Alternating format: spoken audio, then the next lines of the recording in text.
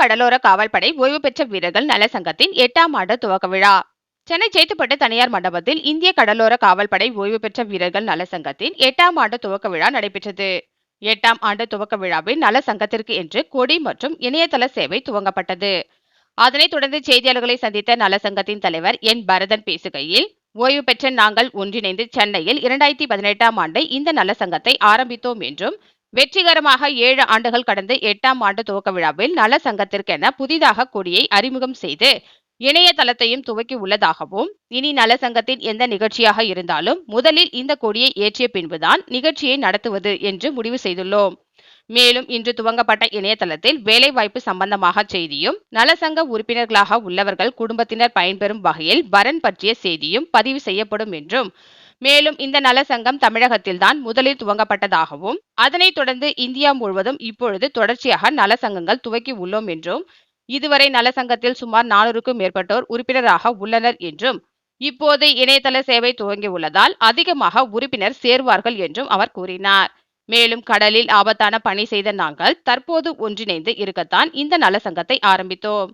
மேலும் நாங்கள் அவசர காலங்களில் அரசுடன் இணைந்து மக்களுக்கு உதவி செய்து வருவதாகவும், குறிப்பாக பேரிடர் மற்றும் கொரோனா காலங்களில் நாங்கள் உதவி செய்துள்ளோம். மத்திய அரசாங்கம் ராணுவ வீரர்களுக்கு கொடுக்கும் முன்னாள் ராணுவ வீரர் என்ற அங்கீகாரம் போல் எங்களுக்கும் தர வேண்டும் என்று அவர் கேட்டுக்கொண்டார். இதில் பொதுச் செயலாளர் பி.கே. பாபு, பொருளாளர் ஆர். ராஜகோபால், முதன்மை ஆலோசகர் வழக்கறிஞர் எம்.கே. கோவிந்தன் மற்றும் நலசங்க உறுப்பினர்கள் விழாவில் கலந்து கொண்டு சிறப்பித்தனர். நான் N Bharathan, president Indian coast guard veteran welfare association.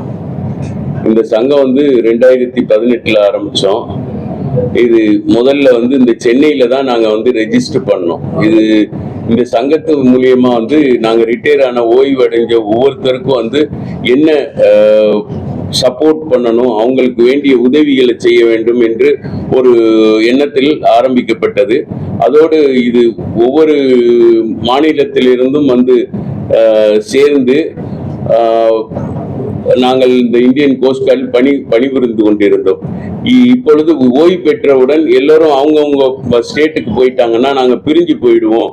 அப்படின்னா இந்த கோஸ்ட் கார்டில் எல்லாம் சேர்ந்து வேலை செய்யல, டீம் ஒர்க் பண்ணோம். அதே மாதிரி எங்களுடைய ஆபத்தான நிலைகளிலும் ஒருத்தருக்கு ஒருத்தர் தோள் கொடுத்து நாங்கள் நின்று வேலை செய்த அந்த காலங்களை மறக்கக்கூடாது, அந்த நட்பை போகக்கூடாது என்ற ஒரு கருத்தில் மனதில் கொண்டு நாங்கள் இந்த சங்கத்தை ஆரம்பிச்சு இப்போ இந்த சென்னையில் ஆரம்பிச்ச இந்த சங்கம் இப்போ மற்ற எல்லா மாநிலங்களிலும் அகில இந்திய லெவல்ல நாங்கள் இதை அமைச்சு ஒவ்வொரு மாநிலத்துக்கும் நாங்க ஸ்டேட் ஹெட்ஸ் போட்டு, இப்போ உதாரணத்துக்கு இங்க தமிழ்நாட்டுக்கு ஒரு ஸ்டேட் ஹெட் இருப்பாரு, அப்புறம் டிஸ்ட்ரிக்ட் ஹெட்ஸ், அந்த மாதிரி ஒவ்வொரு வெட்டரனையும் ரீச் ஆகுற மாதிரி அமைப்பை உருவாக்கி இப்ப நாங்க ஃபங்க்ஷன் பண்ணிட்டு இருக்கிறோம்.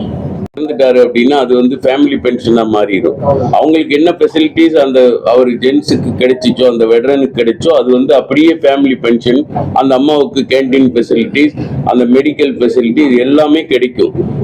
அது மட்டும் கிடையாது. இப்போ நாங்க இன்னொரு இதுவுமே அந்த ஒருத்தர் இறந்துட்டாருன்னா அவருக்கு இறுதி சடங்குக்கு கொடுக்குற பணமும் கொடுக்குறாங்க. அதே மாதிரி எங்களுக்கு கொடி போர்த்தி இறுதி ஊர்வலம் போகும்போது இப்ப பக்கத்துல இருக்கிற ஆபீஸ்க்கு நாங்க இன்ஃபார்ம் பண்ணோம், இன்னாரு இறந்துட்டாரு அப்படின்னு.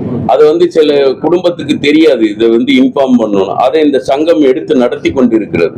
யாரு இறந்தாலும் உடனே நாங்க ஆபீஸ்க்கு இன்ஃபார்ம் பண்றோம். 10 பேர் யூனிஃபார்ம்ல அந்த கொடியை பொத்தி எங்களுக்கு செய்ய வேண்டிய மரியாதையை செய்துவிட்டு பணமும் கொடுத்து விட்டு போகிறார்கள். அது குடும்பத்துக்கு தெரியாது. இந்த சங்கம் எடுத்து ஆபீஸ்க்கு சொல்லி அந்த ஒரு காரியங்களையும் செய்து கொண்டிருக்கிறோம்.